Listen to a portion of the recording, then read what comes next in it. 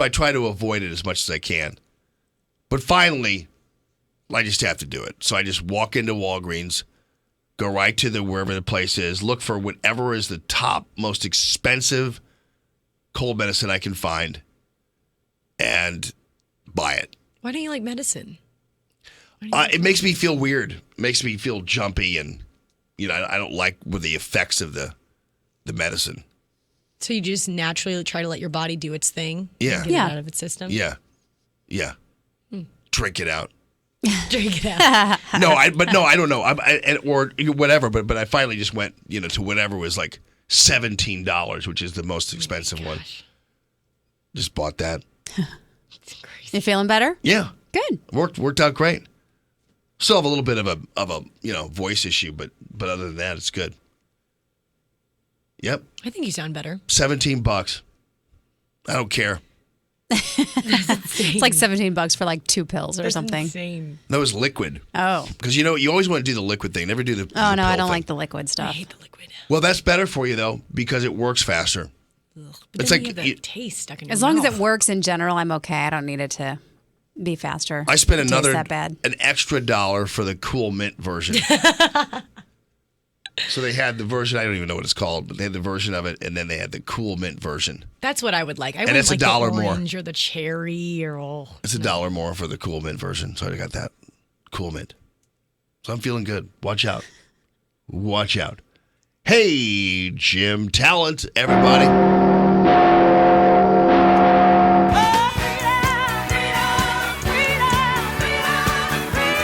Jim Talent. How are you, buddy? Well, better than you, evidently. You got what I call the creeping crud.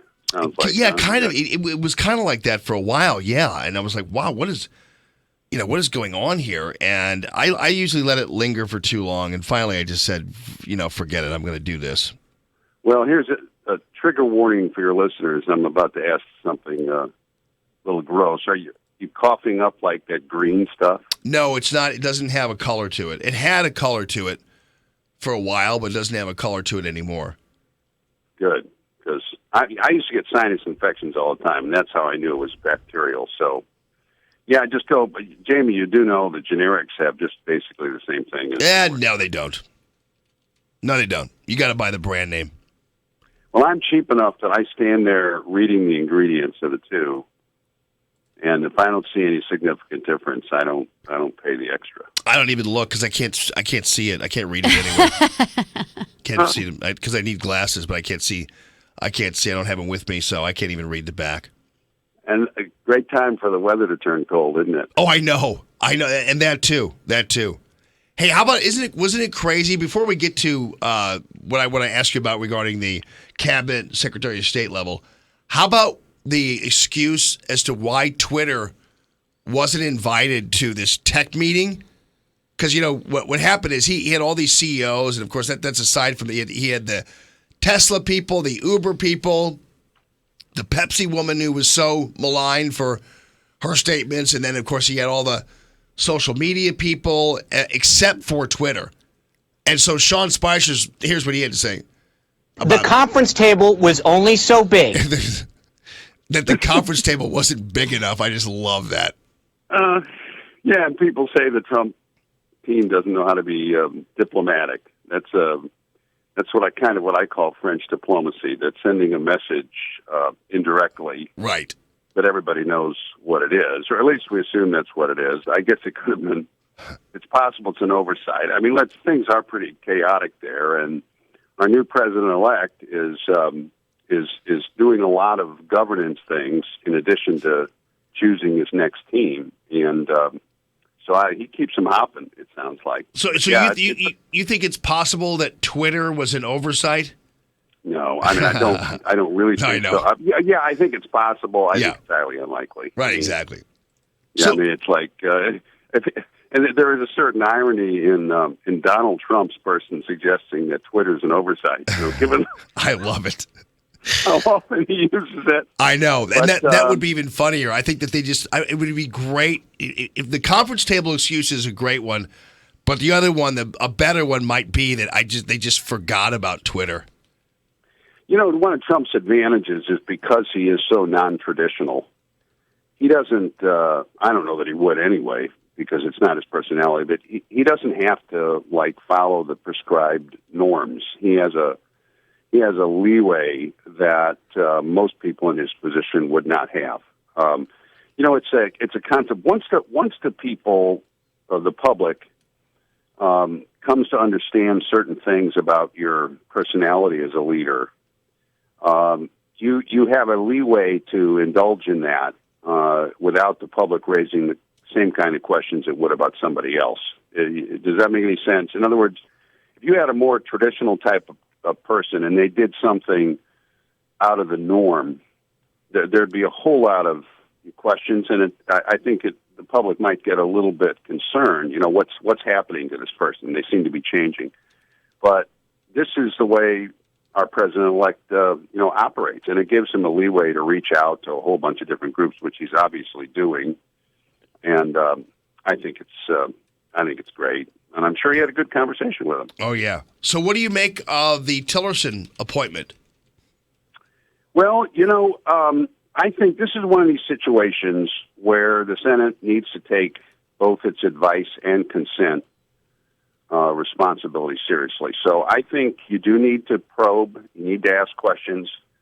But I also think you have to be open to the guy's strong qualities. I mean, he obviously is familiar with the setups around the world. And I think at the end of the day, unless something comes up that calls into serious and real question, his character, you give the president who he wants. And that was always the attitude I took, which is, you investigate. If you have any questions, you raise them. You may raise them privately.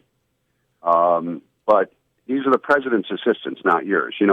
I never called the White House up to ask when I wanted to hire a staff person, right? Right. So the Senate has this constitutional responsibility, and you exercise it.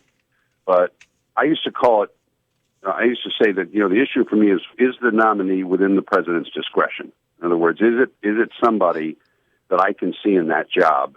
And then even if it's not the person I would pick. Now, I think Tillerson may end up doing very well, and I think he'll probably get confirmed, but he is going to get a lot of questions, and that's appropriate. Yeah, I think it's appropriate too. And, obviously there are certainly people who are, I think, appropriately asking questions, and and that's what we want to have. We want to make sure that what his direct links are in terms of whether or not he's going to do things that would benefit Exxon, or does he still have to maintain his portfolio, or all this kind of stuff. I'm sorry, Jamie. You never interrupt the host. That's all right. No, go ahead. Invite it back on, but you also need to ask questions about policy. I mean, it does matter. So, what is his view towards what the Chinese are doing in the East and South China Sea? What is his view of what America's vital interests are in the world? So, and we don't know those things because he hasn't been in this arena before. Now, that doesn't mean he can't do it, particularly this job. I think you can. I think you need a person with strength, with common sense, who has a strong view of what Trump calls America first. And, when Trump says America first and people say, oh, that's threatening, well, obviously it should be the object of American foreign policy to protect the United States, our homeland, and our vital interests. I mean, that to me is an unremarkable thing. But I'd want to know what Tillerson means by those things, right? Right. And so there is going to be this. They are going to go through this process. It's appropriate. Nobody should feel like because a senator raises these issues that they're not supportive of the new president-elect or something like that. They're just doing their job. No, I agree. So don't. We have to be a little bit careful in this Twitter world. To give people some room to operate. All right, Jimmy Talent. Thanks Get so better, much, buddy. Man. Oh no, I'm good. I'm fine. We're about to embark on our Almond in the Morning Christmas pageant, which starts at 7:30. Okay, go get them. So we're gonna be good, and you can be one of the virtual. You can be one of the kings. I'm naming Jim Talent as one of the kings in our pageant. So thank you so much for playing that role, my friend.